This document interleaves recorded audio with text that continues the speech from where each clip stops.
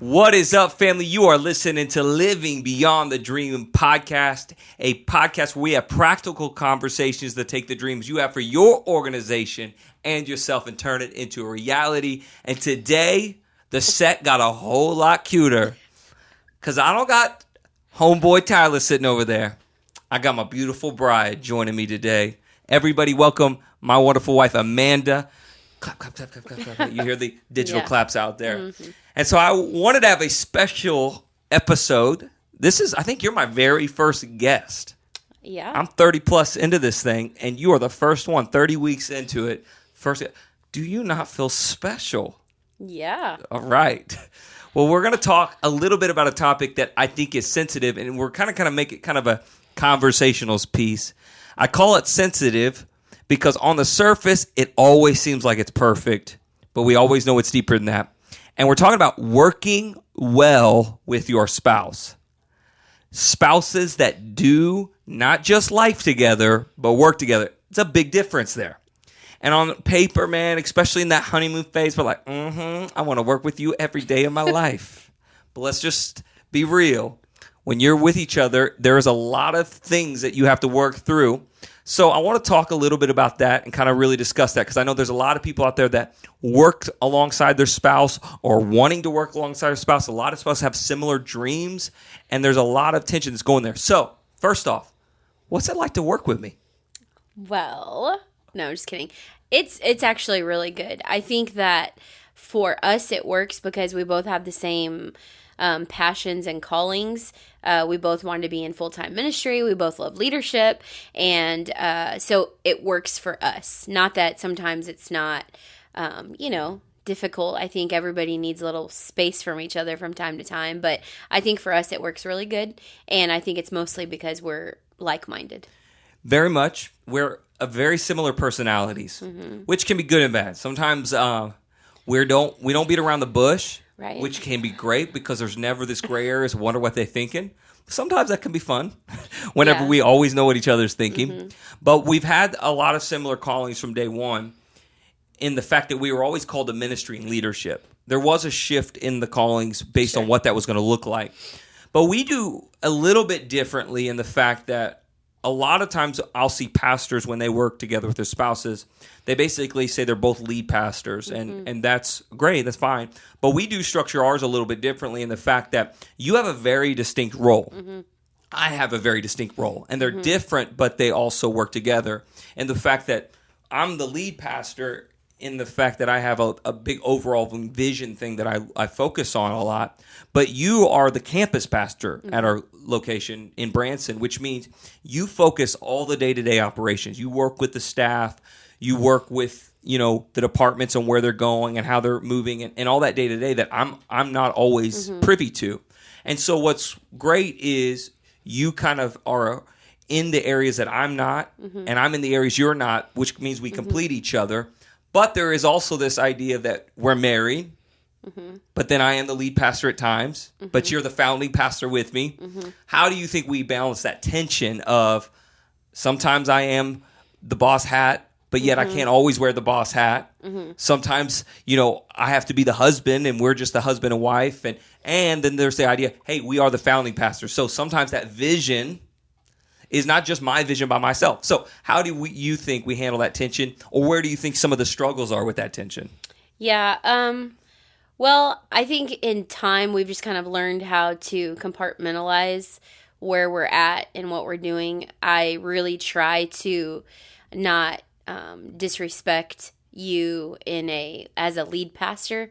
I mean, even though you're my husband, you are still my pastor, and God has called you to lead our family. And so taking that, I know that you're the spiritual head of the family. It's easier for me to give you that respect in that way. But I think that we've had to have conversations, if we're just being really honest about maybe how we speak to each other in group settings or with our staff, and we're really comfortable with our staff and they're like our family. So we can sometimes tend to be just a little bit loose maybe in interactions because we're comfortable and we know they love us and we know that they know that, this is just real life. But I do think we've had to have hard conversations and just be like, hey, I didn't really like the way you said that to me in front of anyone. I feel like that was a little bit disrespectful. And we've had to just learn how to accept that and then just say, you know what, you're right. We're not going to do that again. And so I think a lot of what we've learned, how to work together and how to compartmentalize roles and stuff is through trial and error. Yeah. And being honest and having those honest conversations. And I think a lot of it too is because we have such distinct roles, there's not too much crossover. Like, I don't spend all my days with you every day. Like, most of the time we go to work together and we come home together, but throughout the day I'm having meetings, I'm doing my own thing, you're doing your own thing. And so, we kind of... I desperately long to be embraced by you after it. Yes, he does. He's obsessed. It's okay. It's okay. I love it. But no. And so I think that's part of the way that we do that. Mm-hmm. And I think just at the end of the day, always knowing that this, our ministry, our church was like our baby. We were both founders of the church and we both put everything we have into it. And so I think there's a mutual respect there. And I think we just try really hard not to like overstep in each other's departments. So, well, I'll talk a little bit about the respect side of it. Here's the key factor I had to learn, especially early on in us doing a joint venture together and leading together. I can't lead you the same way as I lead someone else, but then in the same fact, I can't allow the negativity of that to mean I treat you differently than I treat other people. Let me explain that, which means I am your leader in areas, but there's a different kind of an authority I have with other staff members that I don't have with you, right? So that authority, I can't just sit and tout my authority to you the same way I may have already a given authority with someone else. But I can't talk with you with a disrespectful tone just because we're comfortable with each other that I would never talk with a staff member with, right? That I would never just outwardly not have a filter in front of people. Yet, so in that, you got to learn the balance of, okay, just because I may not have the same type of authority as I do with another staff member doesn't give me the justification to take that and allow the negativity to come out just because I have a different relationship with you.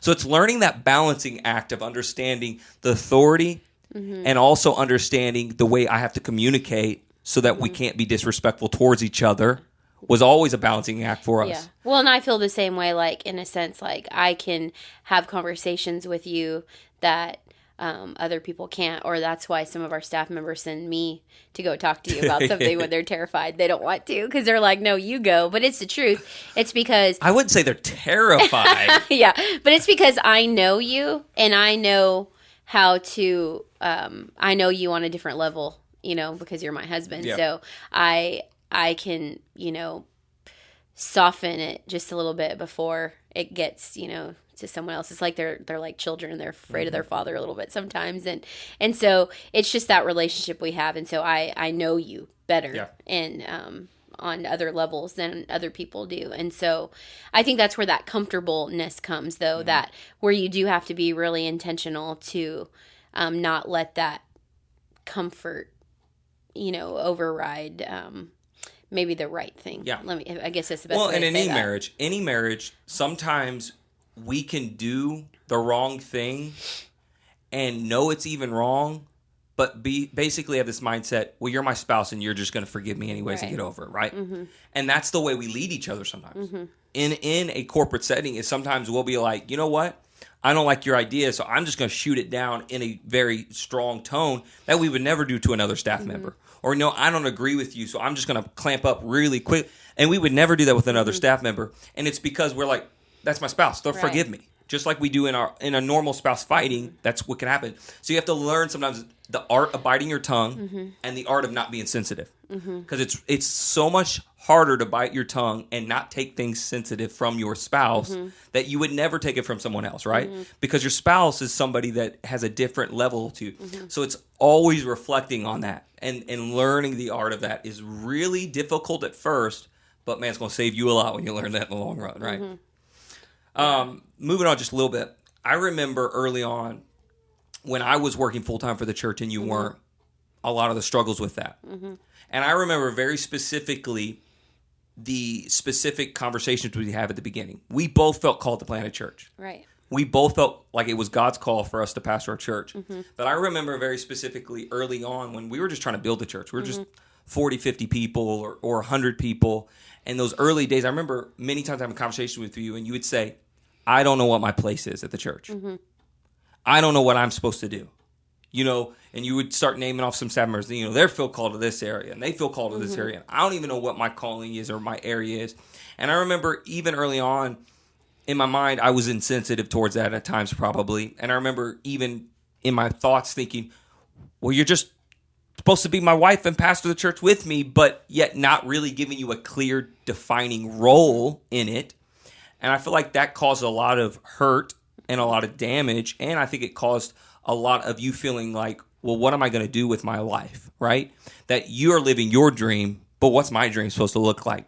And as the husband, I know I felt a deep conviction that it's not just my calling to see the people of our church bloom into their creative be, but if I'm that spiritual head of our household, it's my calling to see you bloom into who you're created to be, and you live your dreams. Can you share a little bit about that feelings of lack of purpose or dreams, or that wondering and what you needed from me for any spouse that may be listening? Yeah. I think, this probably is more of like a marriage talk maybe than just like marriage and ministry. But I think the biggest thing was I needed you to not be insensitive. And I think that was probably the biggest thing for me, was that I felt like it was like, oh, you should just like deal with it, get over it. Like, it's not that big of a deal. And, if I really look at it, I don't feel like deep down in my heart that I really felt that's how you felt. But I think because I didn't get you just like telling me what I wanted to hear right then and there, I was going to maybe overthink it just a little bit. And so I think for me, I just wanted to know that I was supported in how I felt. And I think as a wife, that's the important thing. I mean, how many times have I had a conversation with you and I'm like, I don't need you to fix it. I don't need you to tell me I'm wrong. I know that I'm being dramatic right now, but I just need you to know this is how I feel, and that I'm trying to get through this, but this is a very real emotion I'm going through. And, of course we can't trust our feelings and our emotions, but we're human, and, for 5 seconds you want to just feel it for a minute. And so I think that was probably the biggest thing. Is it's not even so much like, it wasn't like I wanted to be lead pastor per se, but I knew that I was called to leadership, and I knew I was called to pastor, and I just didn't know what that looked like. So it's hard to go through that. It's hard to know that you're called to something but not have the specifics. And so I think for me, I just was struggling, and I was working a full-time job. And I knew that there wasn't really any way out of that for a long time. And so that caused me to also struggle. And then I had the flip side of that, where I felt really good being in a place where I could support you in what you wanted to do, and that you were able to be not working, a secular job, but actually working full time for the church. So it was like I was really proud to be able to say that, like, hey, I'm doing this so that you can do this. And then I had the other side of me, my other human side, that was like, it's not fair that he gets to do what he's called to, and I'm stuck in a job that, not that I hated, because I actually really liked my job, and it was very fulfilling. But at the end of the day, I couldn't shake that it wasn't my calling. And I chose to see it as ministry when I was there, and that helped me. And it was ministry. And, again, in your humanness, it's hard to figure your feelings out. And so in one hand, like, I was doing ministry. It was in a secular workplace, but I was doing ministry. And I could choose to see it that way, or I could choose to see it that it wasn't the ministry that I thought in my mind was going to be. And so I think once I kind of shifted that around, and then I shifted knowing that you were actually for me and like working towards me getting to where I wanted to go, then I was able to like really, feel confident that God was working on my behalf. You know what I'm saying? And that. Do you remember when that shift took place? Do you remember when you felt like I was more for you than ignoring you? Yeah, I do. It was one morning I was in the bathroom and I was getting ready, and you always put your goals on a piece of paper on the mirror, and I never, to be honest, really paid that much attention to them, because in like some of our meetings we would all talk about our goals. And so I didn't have to read them because I knew them because you were telling us, And so I didn't pay much attention to it. And for whatever reason, I was using your sync, not mine. And I just happened to look up, and like one of your top goals was to get me to a place where I was at Bloom full time. And most of your goals had a line through them that you had accomplished it, and they always were that way because you've always told everyone set fewer goals that you can attain as opposed to a whole bunch that you probably won't ever get to do. So in my mind I was like, okay, when he puts goals down, he accomplishes them, and so like this is like for real, like he actually is working towards this. And whether I'm going to choose to believe that you were in fact doing that and it wasn't some kind of twisted mind game that you're like, I'm going to put that on there so she sees it. Just kidding. I'm just kidding you guys. But, and so I knew in my heart that he wrote that on there because that truly was something he wanted to do. And so it was exciting to me that was going to be something that was marked through. And it was sad for me on the same hand. It was exciting that I was going to get to go to Bloom, and it was sad for me that I was going to leave a job that I had been at for 11 years and truly like loved the people I worked with. So, it was all one of those kinds of things. Bittersweet, yeah. Okay.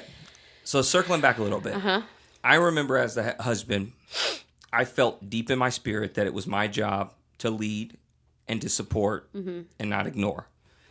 At first, I did. You're insensitive because you're just trying to build a church. You're just doing your thing, right? And you're thinking your mindset.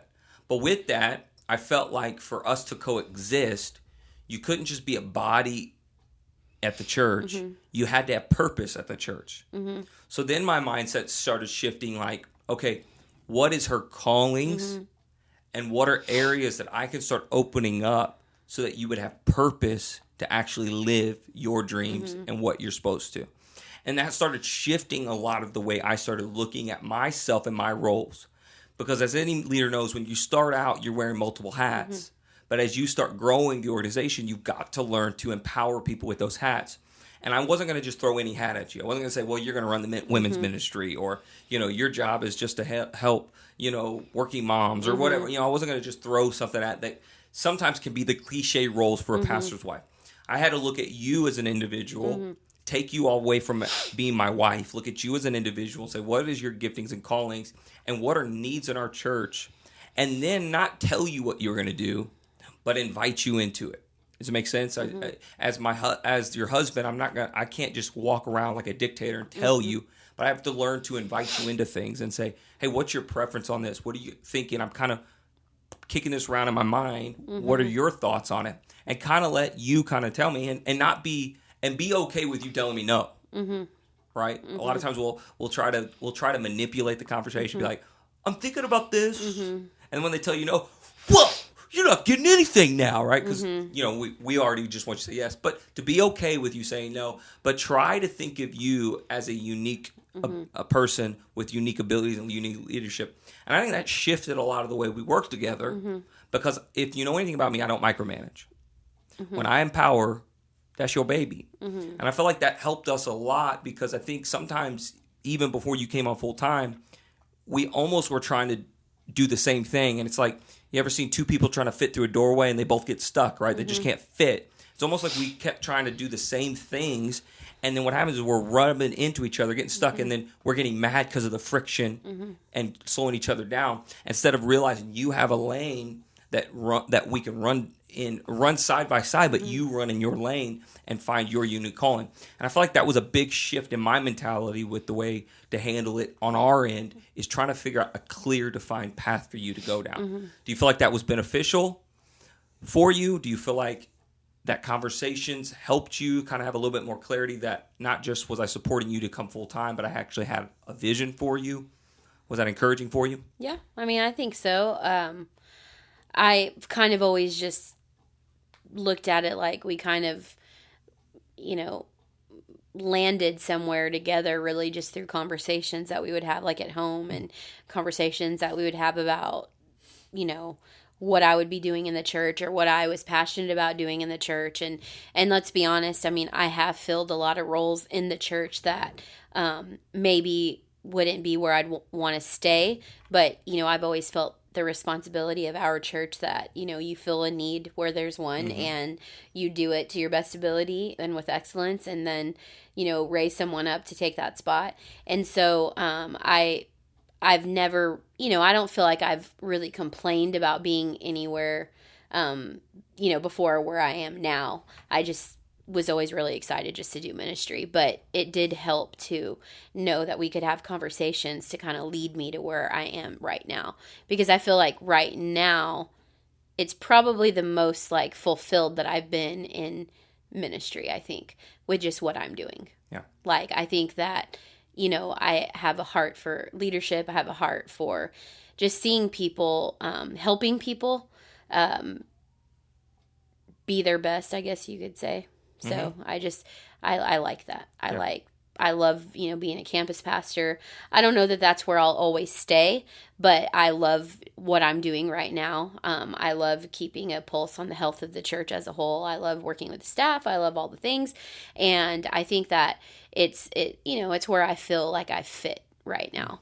Because I'm definitely not that typical, like, I'm going to lead women's ministry or I'm going to work in the kids department. Like, definitely not the cliche I am pastor's not. wife. I that's am a good not. thing. I'm yeah. glad. Because I'm not that cliche, that's a bad thing. I'm not the cliche pastor, but we find a fit the right way. Yeah, so. I think what's beneficial is that we find our uniqueness. When the body of Christ fits in its uniqueness, it fits and it works. Yeah. And I think the same thing happens in your marriage, and that translates into the workplace.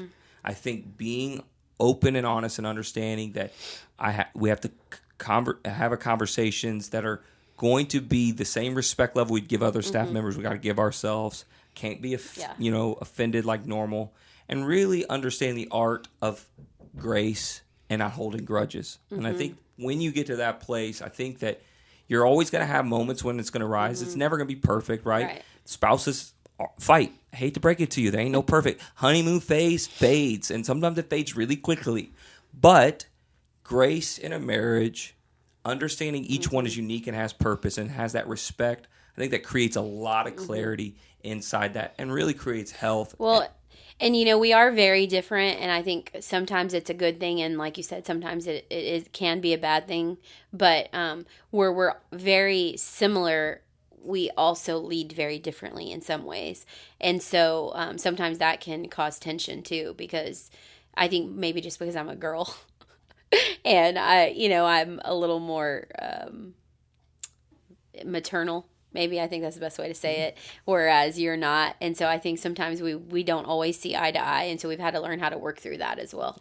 Well, it's a good balance. Yeah. We balance each other. Yeah. And I tend to not step in on the way you lead, and you don't on the side. So I think we've learned to balance each other out. Yeah. We'll get opinions on things, and I think we have more private conversations about it than what we would in a setting where you may not agree with what I said in that moment, but we've learned to not like address it with each other in front of people, because we can always have a private conversation about it. Well, so. and sometimes I'll say things in my emotional state, and you'll be able to walk me off the ledge, and vice versa. And we're able to, when we actually have to address those issues, do it with a better balance. And so you do have an internal support system that you don't always get in the corporate world. And that is a beautiful thing, because you get to see the people I'm talking about and leading. You're there in that day to day. We know what we're going through. Yeah. We know, and so that helps us a lot. Yeah. And so you've probably saved me from making a lot of mistakes in the things I'd want to address, because you've helped me in that, and maybe and hopefully I've done the same for you. But I think that when you understand the roles, we understand the communication, we understand all this, I think you can be successful. Now, not everybody's called to work together, but I think if you are, and you are that calling, it's understanding those few key points will actually build you towards health. I think we work good together. I think we do. I would never not want to. We're a match made in heaven. That's what somebody just told me the other day, last weekend. They go, "You guys are just a match made in heaven." Oh, well, because he was preaching it, so they just thought, "Oh, if she can preach that good, that's just a match made in heaven." All right, guys, thank you for tuning in to this week's episode. If you enjoyed it, make sure you share it. I know somebody be needing this, so share this out there. Rate it and review it. And if you haven't subscribed yet, what are you waiting for? Make sure you subscribe. If you're watching on YouTube, ring and ding that bell. And also, you need to be checking out my wife. She has an Out of This World podcast L3 Podcast. It's on all of the podcasting platforms. So get on there. I think I got an episode with you on that one. You do, so yeah. make sure you check it out. And until next time, pray God's peace.